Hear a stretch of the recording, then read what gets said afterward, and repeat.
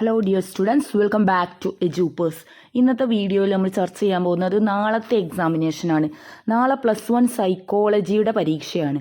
അപ്പോൾ സൈക്കോളജിയുടെ പരീക്ഷയ്ക്ക് chapter wise ആയിട്ട് നിങ്ങൾ ഒഴിച്ചുകൂടാതെ പഠിക്കേണ്ട ചില ചോദ്യങ്ങളാണ് ഇവിടെ പറയാൻ പോകുന്നത്. അപ്പോൾ ഇതുവരെ ഒന്നും പഠിക്കാത്തവർക്കായിട്ട് ഈ വീഡിയോ ഉപകാരപ്പെടും. ഓക്കെ, അപ്പോൾ നമുക്ക് വീഡിയോയിലോട്ട് കടക്കാം. ചാപ്റ്റർ 1 നിന്നും പ്രധാനമായിട്ടും നിങ്ങൾ ഫോക്കസ് ചെയ്ത് പഠിക്കേണ്ട ഒരു ചോദ്യം ബ്രാഞ്ചസ് ഓഫ് സൈക്കോളജി. അറിയാലോ, അത് ഓരോ ബ്രാഞ്ചും ഏതാണെന്നും അതിൻ്റെ ഡീറ്റെയിൽസും പഠിക്കുക. Then next one, overt and covert ബിഹേവിയറിൻ്റെ 2 ടൈപ്സാണ്. Overt behaviour, covert behaviour. ഇതെന്താണെന്ന് പഠിക്കുക. ചിലപ്പോൾ ബിഹേവിയർ എന്താണെന്ന് ചോദിക്കും, അല്ലെങ്കിൽ what are the 2 types of behaviour ഇങ്ങനെയും ചോദിക്കാം. അപ്പോൾ എന്താണ് ബിഹേവിയർ എന്നും അതിൻ്റെ 2 ടൈപ്പ് ഒവേർട്ടും കൊവേർട്ടും എന്താണെന്നും എക്സ്പ്ലെയിൻ ചെയ്ത് എഴുതാനും പഠിക്കുക. ദെൻ മറ്റൊരു ചോദ്യം എവല്യൂഷൻ ഓഫ് സൈക്കോളജി ഒരു ഇമ്പോർട്ടൻറ്റ് ചോദ്യമാണ്. എവല്യൂഷൻ ഓഫ് സൈക്കോളജിയുടെ എവല്യൂഷൻ പോയിന്റ്സ് എന്തൊക്കെയാണ് അതിൽ വരുന്നത്? സ്ട്രക്ചറലിസം ആണ്, ഫങ്ഷണലിസം ആണ്, then behaviouralism, gestalt, psycho analysis, humanism, constructivism. ഈ സംഭവങ്ങളൊക്കെ എന്താണെന്ന് പഠിക്കുക. ഇതിൽ ഏതെങ്കിലുമൊക്കെ 1-2 2 മാർക്സിനായിട്ട് അങ്ങനെയും വരും കേട്ടോ. അപ്പം എവല്യൂഷൻ ഓഫ് സൈക്കോളജി പഠിക്കുക, എക്സ്പ്ലെയിൻ ചെയ്യാൻ വിധത്തിൽ പഠിക്കുക. ദെൻ 2 മാർക്കിന് ഈ പറഞ്ഞതിൽ നിന്ന് ഏതെങ്കിലുമൊക്കെ വരാം. അതുപോലെ 2 മാർക്കിന് ചോദിക്കാവുന്ന മറ്റൊരു ചോദ്യമാണ് ഇൻട്രോസ്പെക്ഷൻ ചോദിക്കും. ജസ്റ്റാൾട്ട് സൈക്കോളജി എന്താണെന്ന് അതും കൂടെ ഒന്ന് പഠിക്കുക. അതൊക്കെ 2 മാർക്കിന് പ്രതീക്ഷിക്കാവുന്ന ചോദ്യങ്ങളാണ്. അപ്പോൾ ഇത്രയാണ് 1ാമത്തെ ചാപ്റ്ററിൽ നിന്ന് നിങ്ങൾ വിട്ടുകളയാതെ പഠിക്കേണ്ട ചോദ്യങ്ങൾ. ഈ ചാപ്റ്ററിൽ ഒരു 70% മാർക്കും കിട്ടുമെന്ന് നമുക്ക് പ്രതീക്ഷിക്കാം. 2ാമത്തെ ചാപ്റ്ററിലോട്ട് കടക്കാം. 2ാമത്തെ ചാപ്റ്റർ പ്രധാനപ്പെട്ട ചോദ്യങ്ങൾ കേസ് സ്റ്റഡി.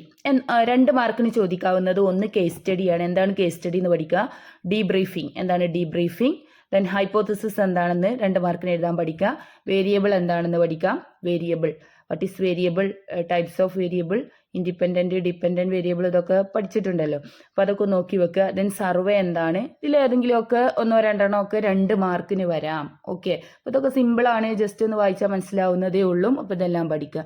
ദെൻ മറ്റൊരു ചോദ്യം 6 മാർക്കിനൊക്കെ വരാൻ സാധ്യതയുള്ളത് goals of scientific enquiry.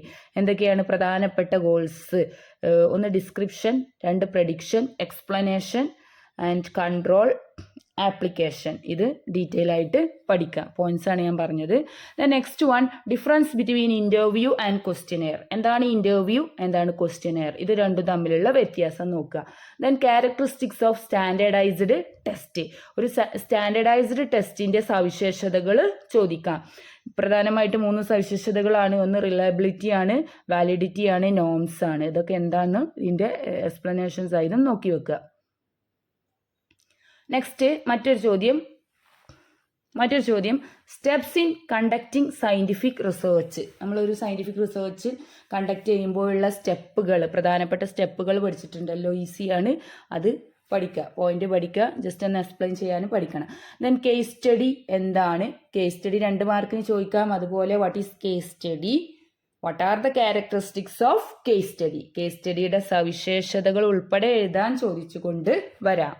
What is variable, types of variable. Okay, variable എന്താണ്, വേരിയബിളിൻ്റെ വ്യത്യസ്ത ടൈപ്സ് ഏതൊക്കെയാണ്?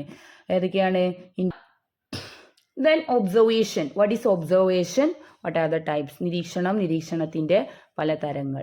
ദെൻ കോസി എക്സ്പെരിമെൻ്റ് എന്താണെന്ന് നോക്കി വെക്കുക, quasi experiment. Then types of